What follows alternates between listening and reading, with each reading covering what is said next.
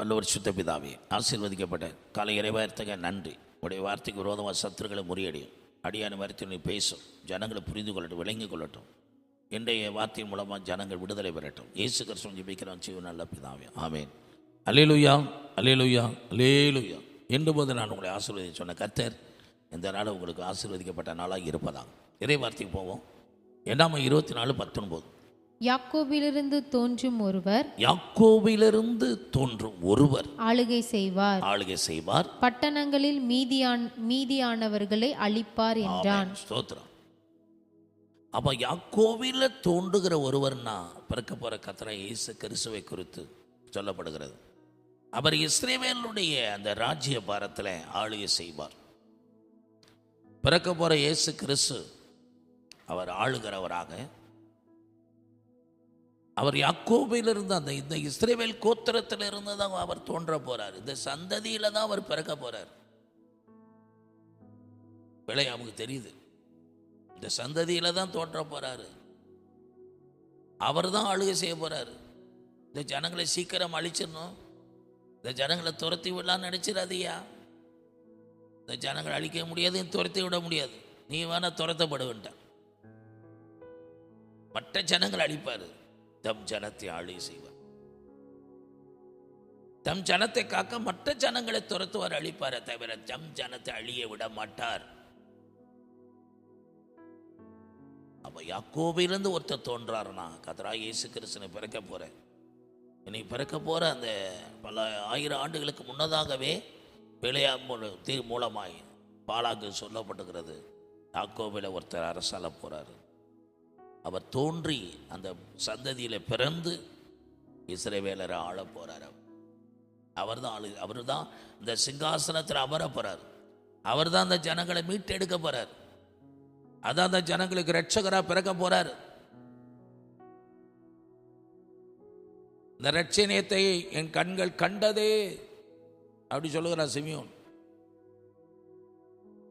அப்ப ஆண்டவர் இந்த பகற்காலத்தில் நம்ம ஆளுகிறவர் உங்களுக்கு எனக்கும் ரட்சகராக பிறந்திருக்கிறார்.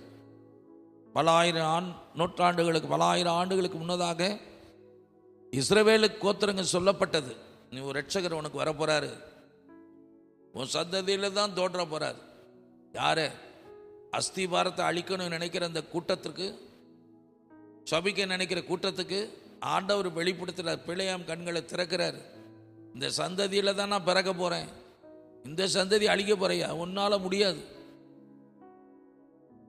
சொல்றார். இந்த சந்ததியில தான் இயேசு பிறக்க போறார், ரட்சகர் பிறக்க போறார்.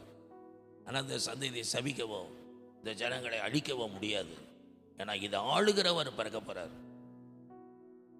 அவர் ஆளும்படி இந்த சந்ததியை தேர்ந்தெடுத்திருக்கிறார். ஒரு கூட்ட ஜனத்தை தமக்காக தேர்ந்தெடுத்திருக்கிறார். மற்ற ஜனங்களை விட்டு தனக்கேற்ற பரிசுத்தமாக இருக்கும்படி மற்ற ஜனங்களை விட்டு பிரித்து எடுத்திருக்கிறார்.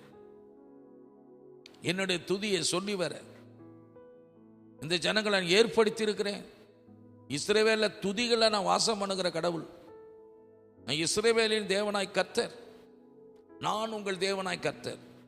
இஸ்ரவேல் நடுவில் நான் ராஜாவாய் இருப்பேன், இனி தீங்கு காணாதிருப்பாய், உங்கள் பேரில் சந்தோஷப்படுவேன், உங்க பேரில் களி கூறுவேன் என்று ஆண்டவர் சொல்றார். செப்பனியால சொல்லப்பட்ட வார்த்தையின்படி இதை கேட்கிற அன்பான கர்த்தருடைய பிள்ளைகளே, யாக்கோபிலிருந்து தோன்றுகிறவர் இந்த ஜனங்களை ஆளுவார்.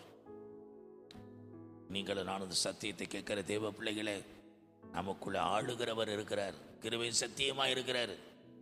பரிசுத்த ஆவியின் மூலம் நமக்குள்ள இருக்கிறார். அவர் நமக்குள்ள தோன்றும்படி நமக்கு ரட்சகரை வெளிப்படுத்தி நமக்குள்ள இருந்து ஆளுகை செய்கிறார். நம்ம ஆளுகை செய்கிறதுனால, நமக்குள்ள இருக்கிறதுனால, யாக்கோபே ஆளுகை செய்கிறவர். யாக்கோபே அக்கிரமத்தைய குற்றத்தை கண்டுபிடிக்க முடியாம ராஜ ஜெய கம்பீரமா இருந்து கூடையே இருந்து அந்த மக்களை காத்தவர். இந்த புதிய ஏற்பாட்டின் காலத்தில் இந்த ரட்சகராக இயேசு நமக்குள்ளே இருந்து கிருபை சத்தியமாக இருந்து இந்த உலகத்தால் கரைபடாமல் சேதப்படாமல் பாதுகாத்து நித்திய மகிமையில கொண்டு செல்வரையும் நம்மோடு தான் இருக்கிறார். உலகத்தின் முடிவு வரைந்தோம் சகல நாட்கள் உங்க கூட இருக்கிறேன்னு வாக்கு பண்ணினவர் நம்ம கூட இருக்கிறார். செய்தி மூலமாய் எத்தனை எதிர் நிலைகள் வந்தாலும், எத்தனை விதமான விரோதங்கள் சேதங்கள் வந்தாலும் சேதமடைய மாட்டோம். ஒன்று உங்களை சேதப்படுத்த மாட்டாது. லூக்கா 10:19 படி கர்த்தருடைய ஆவியானவர் உங்களோடு பேசி கொண்டிருக்கிறார்.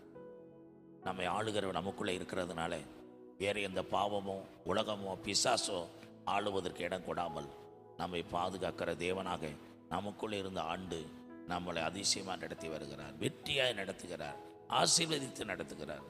உங்களுக்காக ஜெபிக்கிறேன்.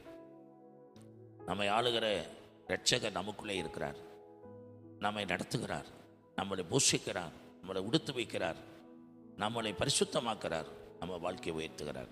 இயேசு கிறிஸ்துவின் ஜெபிக்கிறோம் நல்ல பிதாவே, ஆமென்.